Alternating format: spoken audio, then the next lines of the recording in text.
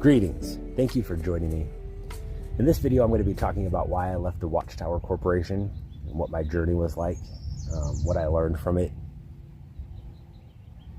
Hopefully, in the hopes that it will help others that are leaving. I know there's a lot of people inside the organization right now that we call PMOs. They are physically in, mentally out. They know that it's not the true religion, but they also know the consequences of leaving. And I'm a good example. My story right here is a good example of what happens if you leave. But I'm not telling it to scare anyone. I'm telling my story to prepare you for what is to come and to hopefully give you a few pointers on how to survive it and how to actually thrive through the process. So I'll start with the first contact I had with Jehovah's Witnesses. Probably was in my own neighborhood with them walking around and my mom telling me that they were a cult. So the first impression I had is that they were deceiving everyone. But that changed probably in my mid-20s. I met a distant family member through marriage, a girl my age, and we spent a weekend together. And throughout that process, she told me that she was a baptized witness, had been disfellowshipped, and was trying to work her way back. And she told me her big plan was to get back and reinstated before her family went on a cruise, because she wouldn't be able to go on the cruise if she was disfellowshipped. And she's like, it makes sense. She's like, the disfellowship just because I'm doing bad stuff, kind of like, she was hanging out with me.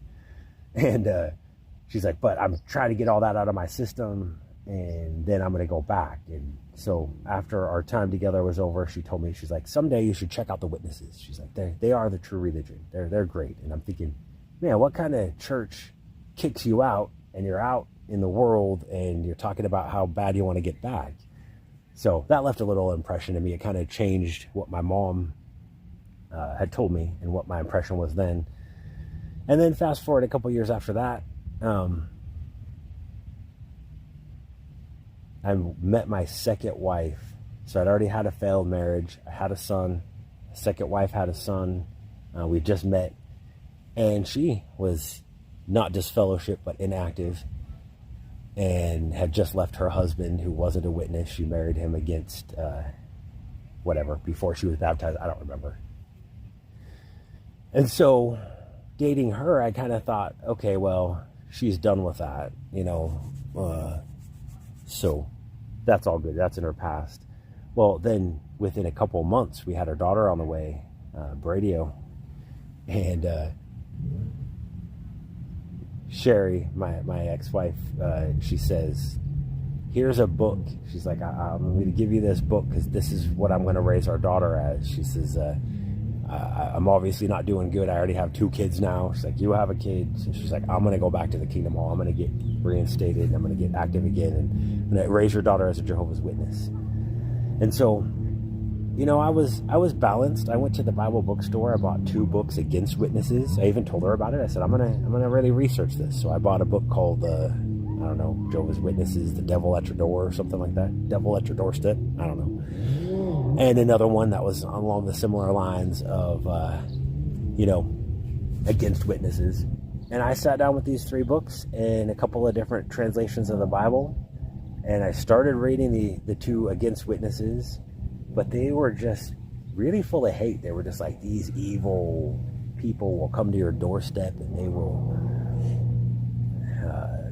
get you to worship the devil. And I'd already been to the Kingdom Hall a couple of times at that point. I went a couple of times, then went and got these books. And I knew that wasn't true.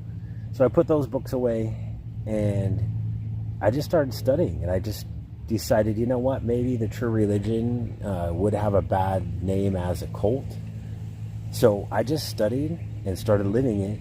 And next thing I know, we were getting married. My daughter's born. I'm pioneering. My wife's pioneering, auxiliary pioneering, not full-time pioneer. And I've always been a business owner. So I started of course, window and carpet cleaning business with a bunch of brothers. And we started a service business. And within, I'm going to say 5 or 6 years, I was a ministerial servant, and just fully in. I believed everything about it. My family had disowned me. They disfellowshipped me. My mom and my dad told me never to talk to them again because I changed religions. I thought that was pretty much proof that it was the true religion. And I saw a lot of very, very narcissistic patterns in my family growing up. And so I just kind of felt like, yeah, they don't know the truth. That's why they didn't know the true religion.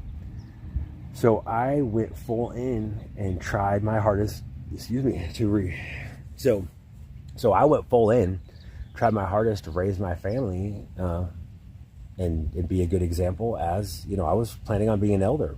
But 5-6 years in, I'm a ministerial servant, and everything was going pretty good, except that Sherry, my wife, when we met, she told me that she had severe emotional issues from severe child abuse. I'm not going to get into any of that. That's her story to tell, but severe childhood trauma. She had warned me when we started to date that was very hard to deal with. Most guys couldn't take care of it, handle it. And I felt like the religion was helping me handle it because it was teaching me patience. It was teaching me to cover over, multitude of sins with love and to slow things down. But what I never understood during this time is I also had childhood trauma that I didn't even know anything about. And so the two together were just, the way I would describe it in my unconscious state is it felt to me like every day there were 1,000 mouse traps on the table, and each had a little ball where the cheese goes. And it felt like Sherry and I would stand over the table throwing a little ball across the room at each other, and if one of us missed, it hit that table and all of them would start going off. And that's what my life really felt like. It was intense. It felt like constantly walking on eggshells, constantly reading scriptures to redirect conversations, constantly redirecting myself, spending hours in prayer just trying to not be mad at what just happened. It was very intense. And it started to culminate, and my kids started to feel it. We had 4 kids all together, hers, mine, and ours. And my son really started feeling it. He would come over, and he was getting the brunt of a lot of our issues. And of course, Sherry's not going to see that, and that's fine.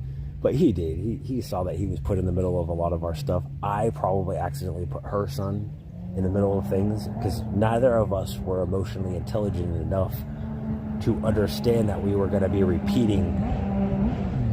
Down by the river, there's boats going by. They're getting rowdy out there.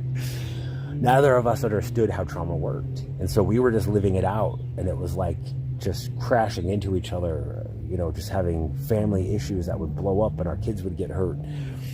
And we were trying our hardest to pray, to apologize. But what we didn't understand back then is if you don't process this trauma, it just keeps coming out and it keeps repeating.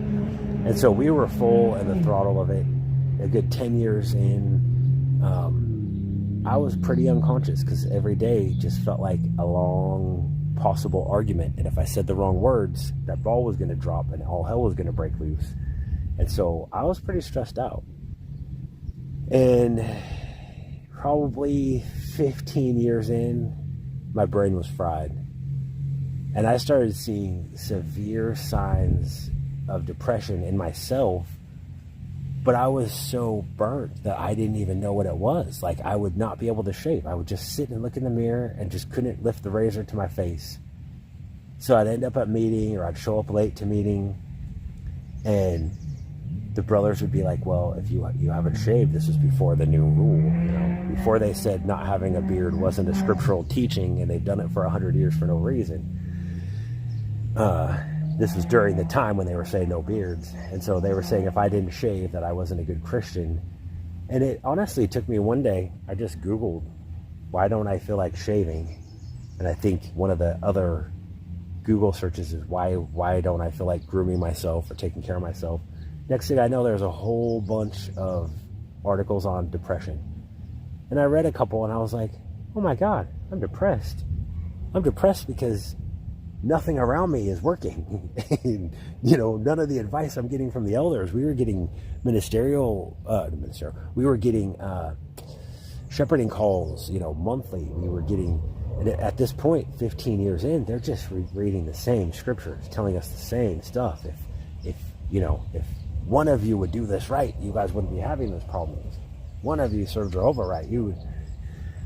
And I had no idea about mental illness. I had no idea about projection. All I was doing is just trying to move through it. I wasn't trying to fix it because I had nothing to fix it. But one day, my brain was broke, and I had seen an article about medical mindfulness. And so I read it. It was talking about training your mind to focus. And at the Kingdom Hall, they had told us over and over that you don't want to practice meditation and clearing your mind because then demons could get in. But this article really helped me to see that medical mindfulness wasn't a clearing.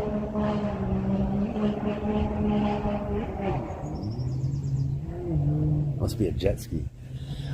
It taught me that medical mindfulness wasn't about any spiritual practice or any religion. It was literally just about learning to focus your mind on one thing longer and longer so that you could do it in real life when you're doing a project.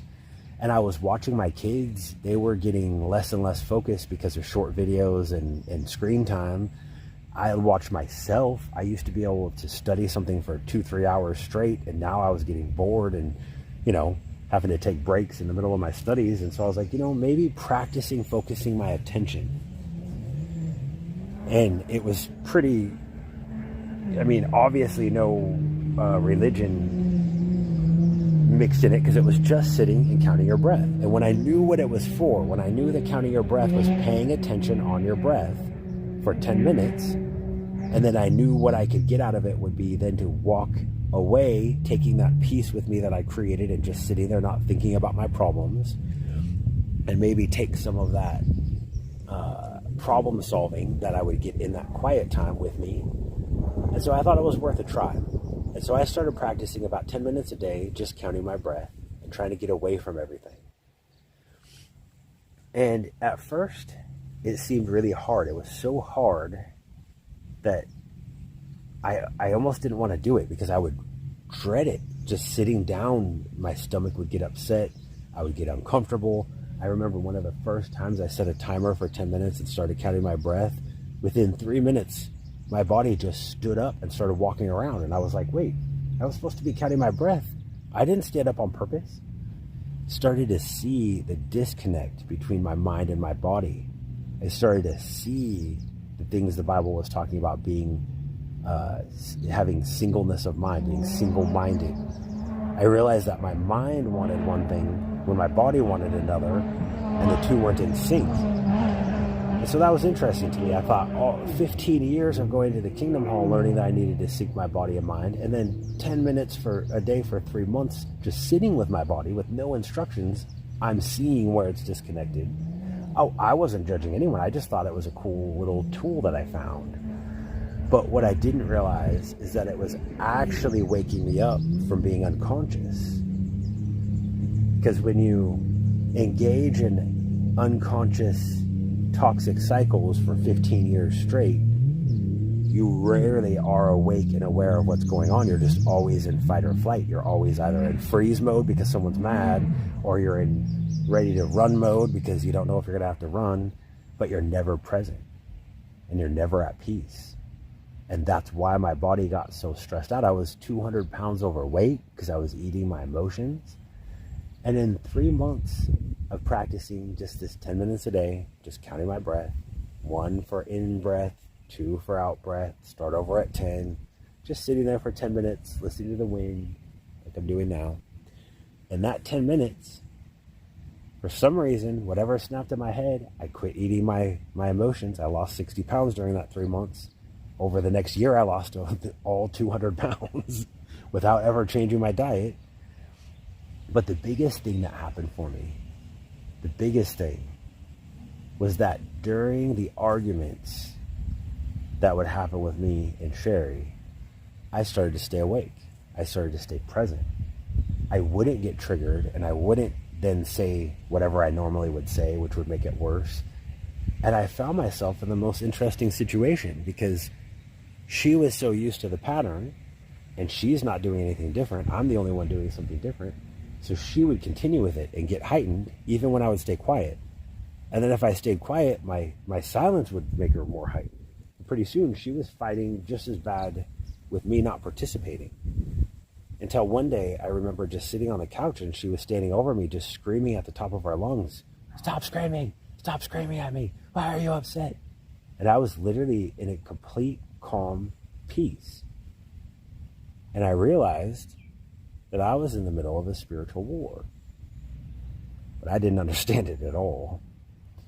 And at the same exact moment, not the same exact moment, but that same time frame in my life, my beautiful child Terry started causing the most problems that they could, expressing their free will when that wasn't supposed to happen in my house. They were supposed to listen to me.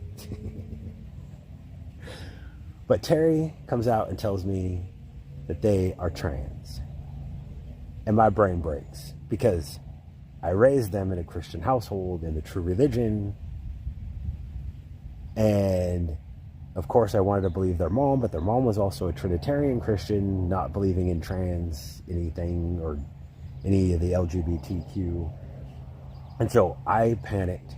I went straight to the elders. I started praying. I think for a moment I quit practicing mindfulness because I was afraid I caused it.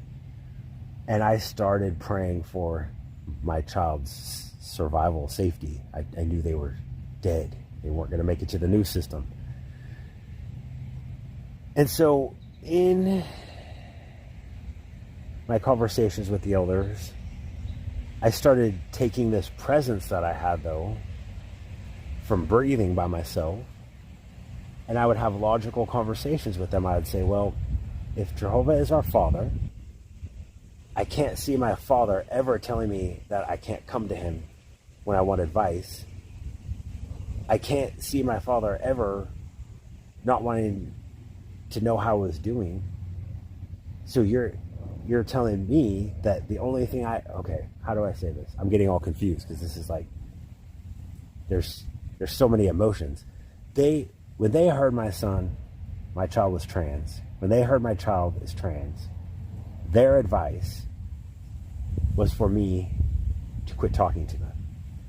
And they read me scripture after scripture of bad association spoils useful habits.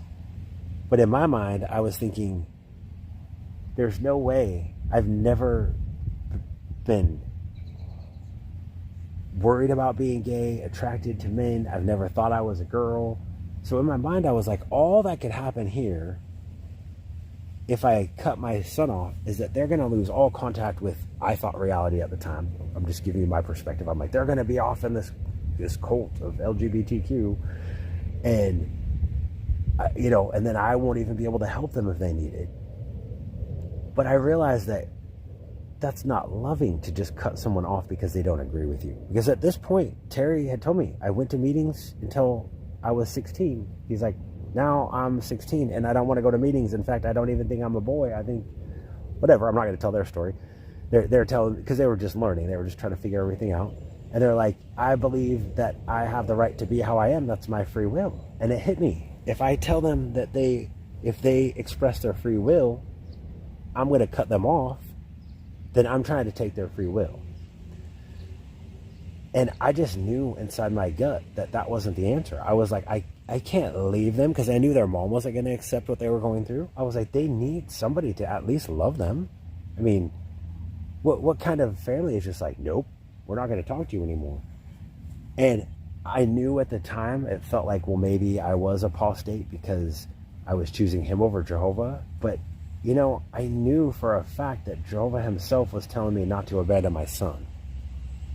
I knew the God that I thought I was serving going to the kingdom hall was a God of love, of unconditional love. And that God wants my son to have free will.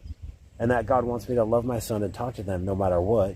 And I knew I wasn't going to be influenced to deviate from my path, except for the fact that the advice that the elders were giving me, I knew was wrong. I knew it. And I didn't know what to do because I had 3 other children in the house. And at the time, Sherry was getting so upset with me practicing mindfulness. She was calling me an apostate. She was saying that I was meditating, and all I was doing at the time was trying to clear my mind of all the hurt and all the pain that I had gotten from her issues, and try to get some control of myself so that when we would have an argument around my kids, I could stay in control and I wouldn't end up yelling at her. And so I just found myself in this whirlwind mess. I was literally, by the elders, told to choose them over my son, never talk to my son again. The one thing that was helping me, medical mindfulness, was called an apostate practice by pretty much everyone I knew. A few of the nurses were like, no, there is sitting and counting your breath is good. It's not Buddhism. But they were soon silenced because their husbands wouldn't let them practice or keep encouraging me. And so I honestly felt like I didn't have a choice. I was either supposed to abandon the one child that I had that had nobody caring if they lived or died in their state. Honestly, their mom cares if they live or die. I'm not saying that, but their mom would be like, you're broken, fix yourself. And then, I thought. So I was like, even if I'm wrong, even if I'm supposed to quit talking to Terry, even if that makes me lose my marriage, at least I'll be able to, come see my other kids every once in a while, or, as often as possible. Just not talk about religion with them. I didn't know how it was going to work out, but I stepped down as a ministerial servant and just quit going to meetings. It was like,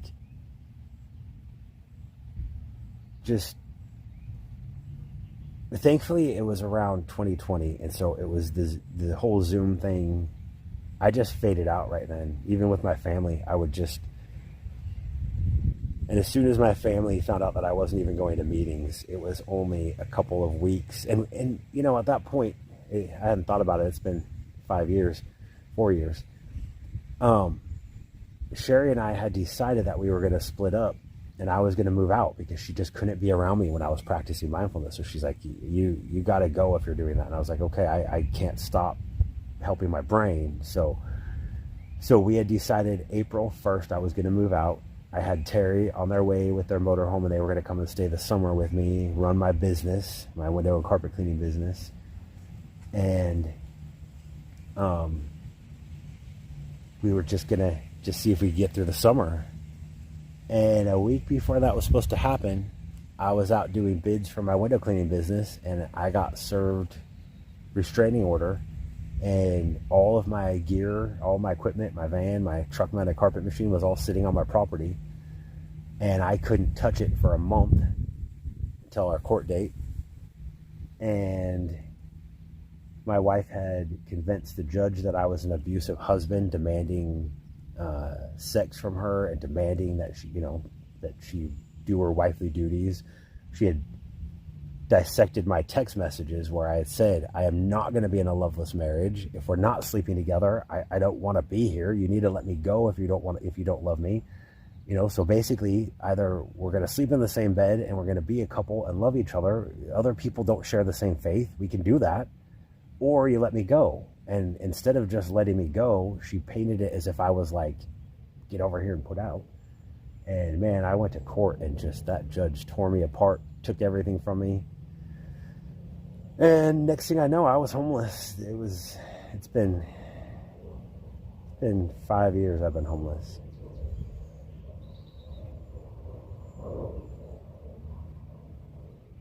No, I had a house for a little bit. I rented a studio for a little bit. But it seems like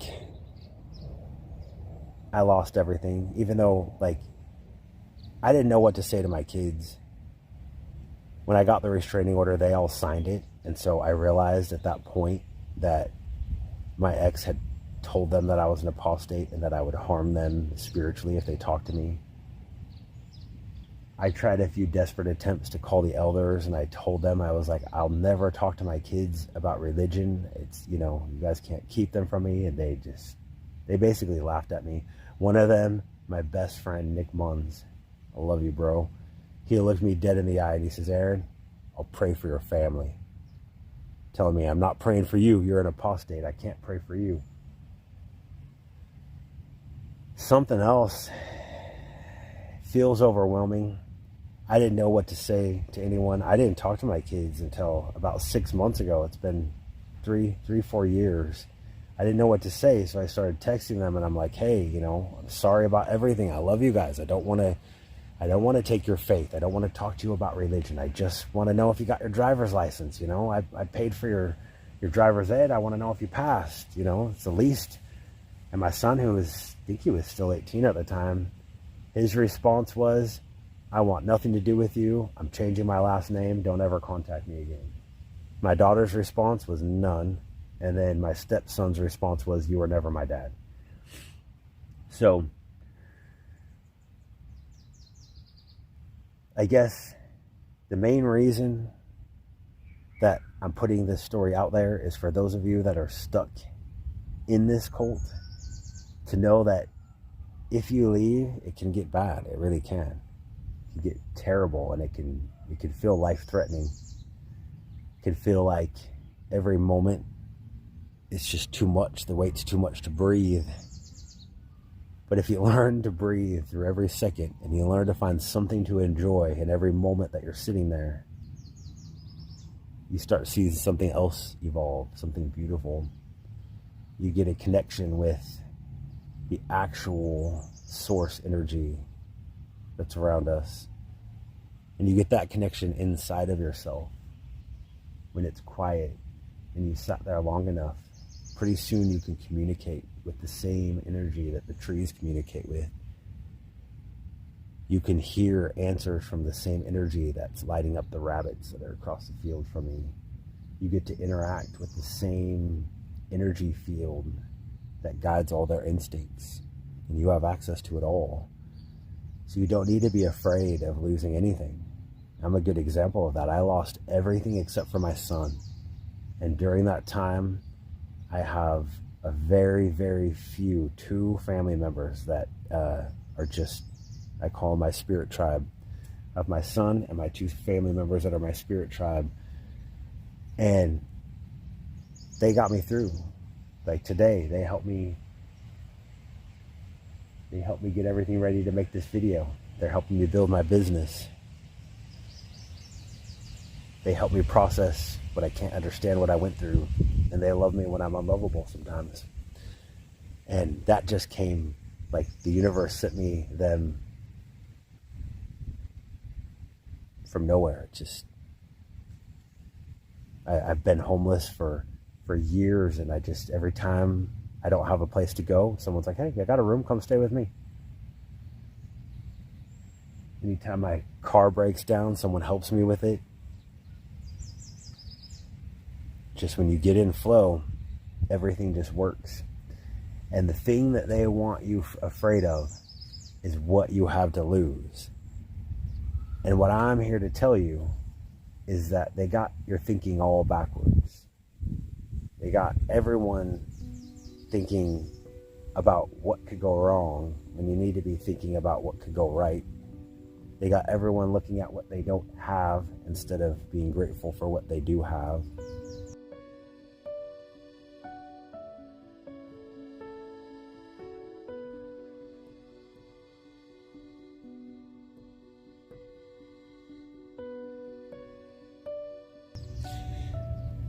So I haven't seen most of my Jehovah's Witness friends and family since about 2019, I think. And I wanted to do this update because I miss all of you guys, and I just want you to know that I think about you a lot. I pray for all of you a lot. Pray that you guys are doing well, you guys are happy. A lot has happened to me since 2019. A lot has happened to my family. Those of you that know me, you know my wife, Sherry, my kids, McKay, Terry. McKay is Sherry's son from her first marriage. Terry's my son from my first marriage. And Braden and Gavin, our daughter and our son from our marriage. And up until 2019, we were in Hearthwood congregation for a while, and then we were in the Washougal congregation for a while. About 15 years altogether. So we knew a lot of people in Vancouver, Washington, and Washougal, Washington at the end. So my update starts about 2019. 2019, my boys were growing up, McKay and Terry. They were getting ready to leave the home, and they were going through a lot, not really going to the meetings anymore. And so I stepped down as a ministerial servant to try to focus and try to help them, try to understand what they were going through more. And at the same time, a lot of you guys know that Sherry and I dealt with a lot of, I don't even know what we called it. We just had a very up and down relationship. There was a lot of emotions. There was a summer where she was in and out of a mental hospital early on in our marriage, and so a lot of you helped out a lot with the younger kids, helped me when she was in and out of the hospital, and a lot of you helped a lot, in the interim as she got better. But what most of you didn't understand is that those issues, they just kind of got worse. They just got pushed behind closed doors. And 2019 was kind of the year that I was spent from trying to keep arguments behind closed doors. I was spent from pretending that everything was okay and actually living in a minefield. And a lot of stuff happened that year that changed everything. But the biggest one was that my child Terry, came out as trans to me. And it was shocking. It was scary. Because I really thought that his life was in danger. I really felt like he had been deceived. And I was scared. So I went to the elders. And after talking to them for a while, the first elder I talked to, I told him everything. I told him how scared I was, and he just kept repeating over and over, "Oh man, aren't you scared? I'd just be so scared for him. Aren't you just terrified?" And I remember sitting there thinking, I'm supposed to be getting comfort and help, and he's just telling me I'd be terrified. And then ultimately, the end of the advice was that I just couldn't talk to him anymore. I was just supposed to cut him off completely. And at the time, I really thought that his mind had been hijacked by school, the LGBT community. I thought they had brainwashed him. And so I really thought that was the wrong idea, because if he had been brainwashed, then I just leave him to the people who brainwashed him, then there's no hope. And I really reasoned that, I get bad association spoils useful habits, but I've never been in the LGBT community. I've never had any issue with gay people. I've never felt one way or the other about it. It's just been like, oh yeah, other people feel that way. And so I felt like I had no danger of him spoiling my supposed useful habits. And so I prayed about it, and I really felt like Jehovah himself was telling me, I tell you over and over, I am your father, and I feel the same way as you do to your son. And I mean that. And after thinking of that, I was like, I can't tell him I'm never going to talk to him again. He was depressed. He was depressed. I was depressed. We were helping each other. He's the only reason I made it for a while. And at this point, I felt like if I quit talking to him, I didn't know if he was going to make it. At the same time, I knew that I could lose my other kids. I knew that I could lose my marriage. I knew I could lose everything. And that's really why I wanted to do this video, is to show you that even if you lose everything, you can still make it. Because what ended up happening to me is I met with the elders half a dozen times. They kept encouraging me that I needed to cut Terry off. My wife kept telling me I needed to cut Terry off. My other kids were real quiet because the arguments between me and my wife up to that point had gotten so bad that my kids just stayed away from us, and they stayed away from me. And what I didn't realize is that for about a year, there was a smear campaign going on behind my back, and I was being blamed 100% for all of the arguments. Now, I see now, looking back, that those are toxic patterns. But at the time, I felt like it was on purpose. And so I lost my mind. I felt like she was willfully trying to take my children from me.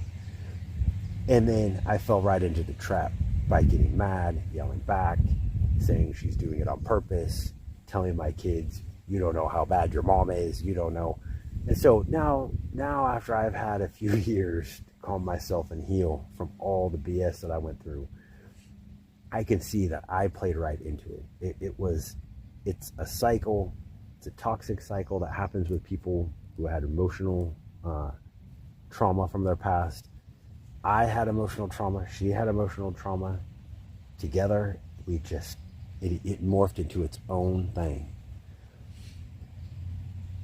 But my kids were left with the impression that I'm just a bad person and that I did it on purpose and that I don't want them around, or they're not important enough for me to change.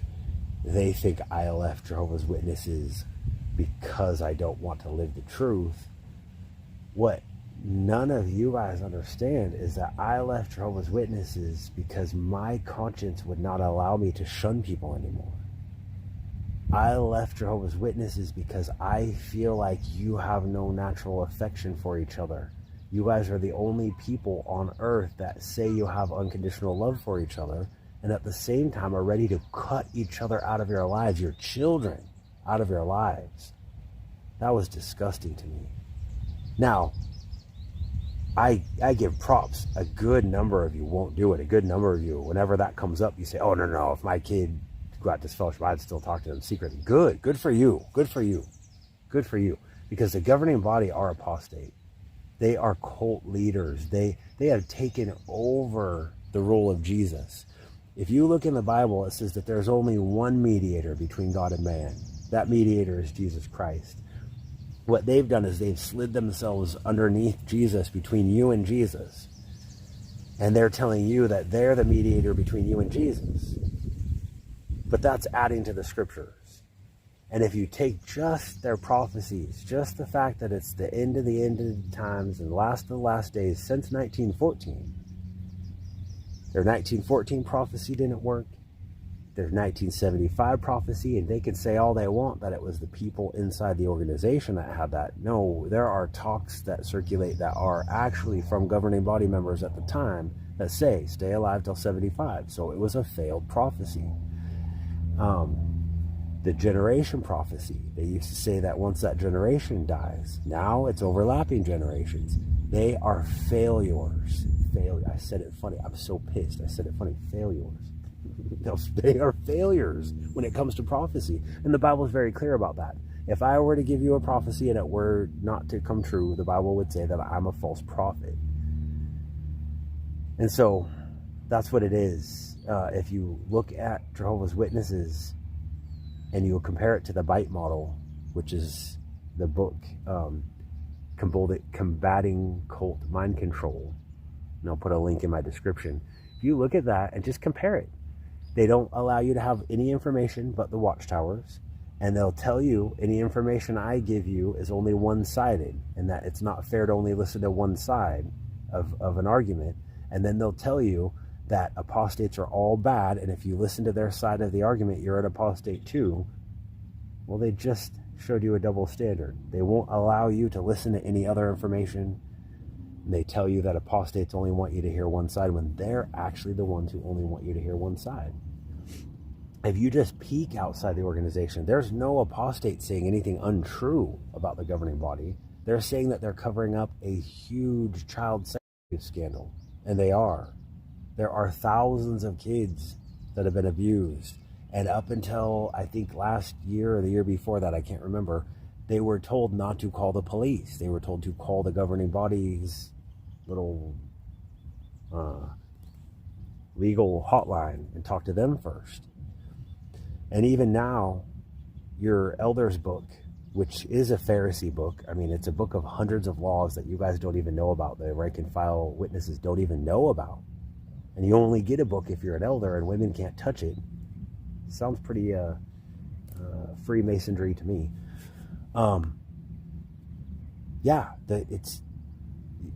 There's too many things. I left because it is a high control group at the very least. But in my mind, it's a cult, because when you start questioning the governing body, you watch the programs unfold. The people around you just start blocking you. The things they say, it's like robots. You guys turn into robots. It's really scary. It's scary when you don't know what's happening, but once you've freed yourself from it, it's so beautiful to be free. And this world is not a scary place. There's a lot of scary things happening. And yes, if you're not careful, you can get hurt. But there's more good happening than there is bad. And the more you pay attention to the good, the more good there is to pay attention to. And the more attention you pay to the bad, the more bad there is to pay attention to. But programming is the problem. Hypnosis is the problem. I started studying hypnosis with the goal to break hypnosis. And as I started studying it, everyone around me called me apostate and told me that I was trying to hypnotize people. But what I do now, it's so funny. Before, when I was a witness, I would go around reading them a scripture and then trying these paint by numbers presentations and studying through the books so that I could build another robot like me. Now I wake up every day and I go talk to homeless people. I go talk to people just on the streets. And because I've learned neuro-linguistic programming and I've learned hypnosis, I can reverse engineer the words that people use. I can usually show them that they don't have a problem just by asking them the right question. And they think that I fix their problem. And so I used to spend all day trying to make robots, and now I spend all day setting people free and actually watching people heal. Like some of my family members, one family member couldn't hear in her right ear because her husband punched her. Through healing the trauma in her body, her ear opened up and she can hear again. That's a miracle. But I learned how trauma works by studying everything as well as the Bible. By learning everything. I don't limit my knowledge anymore. I study everything. I learn everything from everyone, even people who disagree with me. Because what I learn from them helps me solidify what's true to me. So this whole idea of cutting people off who are different, that is from the devil. I don't even believe in the devil anymore. I don't believe in any of it anymore. But my God, not in the same way they teach. I believe that there are sentient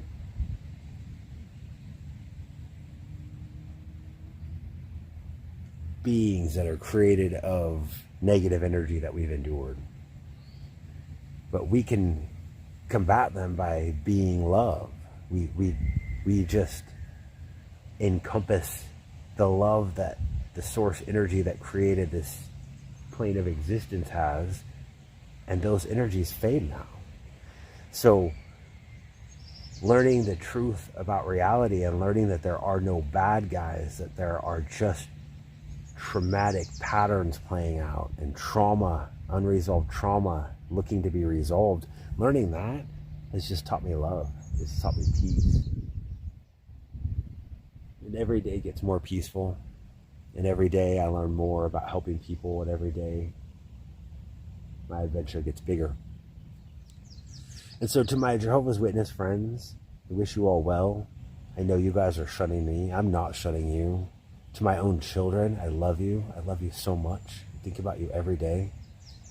I can't tell you how much I think about you, how much I want to give you a hug, how much I want to hear how well you're doing. But I know you guys think that you're punishing me or getting me to come back to Jehovah. I never left Jehovah. It's been me and him. And you can't shun me long enough to get me to give up my free will and to be upset about having free will. I'm so at peace doing what I'm doing, helping people in the way that I'm helping them, and building my relationship with what I believe is my source energy, the way that I'm doing it, that nobody else can tell me it's wrong, because I know it's not. I'm actually in a position where when I pray, I get an answer inside my head, and it's always the right answer. It's always what Jesus would do, and I'm always able to do it. I'm not saying I'm Jesus by any means, but I have channeled Christ consciousness. And so I can just be, and I can look like this, and I can be myself, and I can do good all day long. So I wish you all the best. If I see you in the store, I'm not going to shun you, and I'm going to shun your shunning. I'm not going to see it. If I feel moved, I'm going to shake your hand. I'm going to give you a hug. I'm going to tell you that I love you, because I do.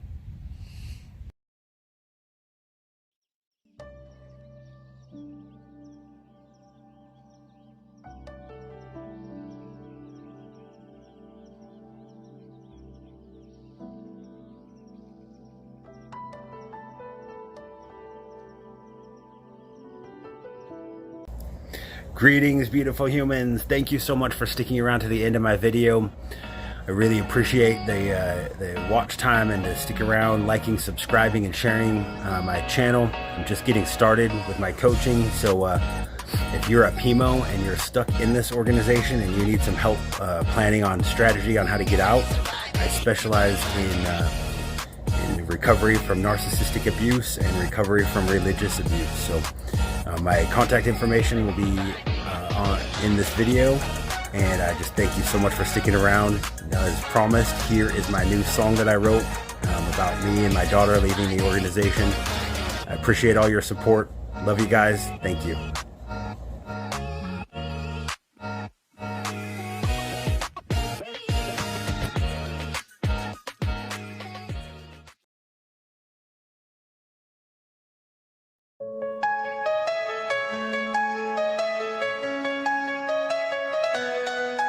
18 years, standing in the shadows of the tower, following directions from elders, all drunk on power, controlled by perceptions they weaponized our shame. Paradise promised, laced with generations of pain. Critical thinking torched with Armageddon's fire. Any doubts must come from the original liar. A closed loop circuit where doubt is a sin. A heart that has questions could never get in.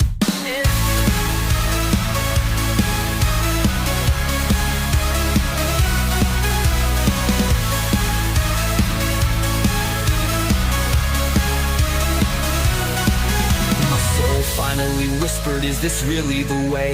Could the truth be this rigid? Can light really not play? I searched through the cracks beyond all my beliefs, and I found rock solid faith that can hold up my feet. The kingdom's promised place just out of reach, behind dogma's guise and all their judgmental speech. I walked barefoot through hell just so I could question your grace. I found the keys to my freedom inside that dark sacred place.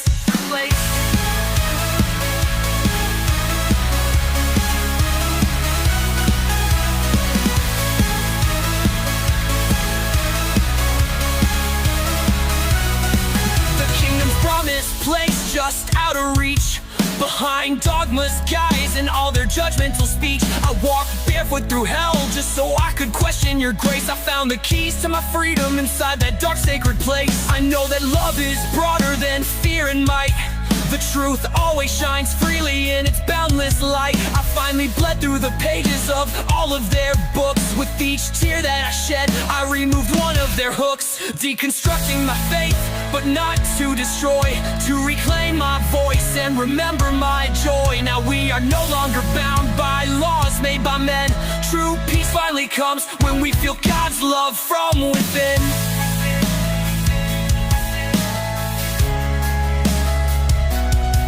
When we feel God's love from within. When we feel God's love from within.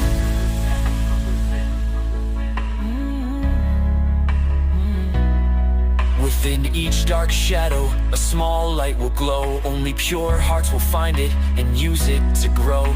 The chains of false teachings come completely undone. We can rise up in peace, a free child of the sun.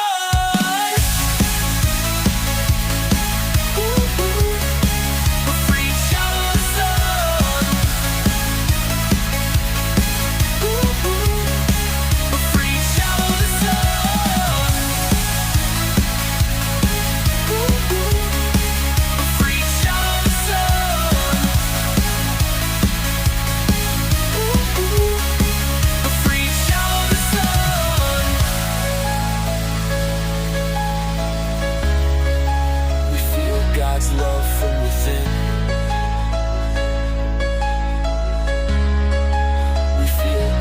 love from within.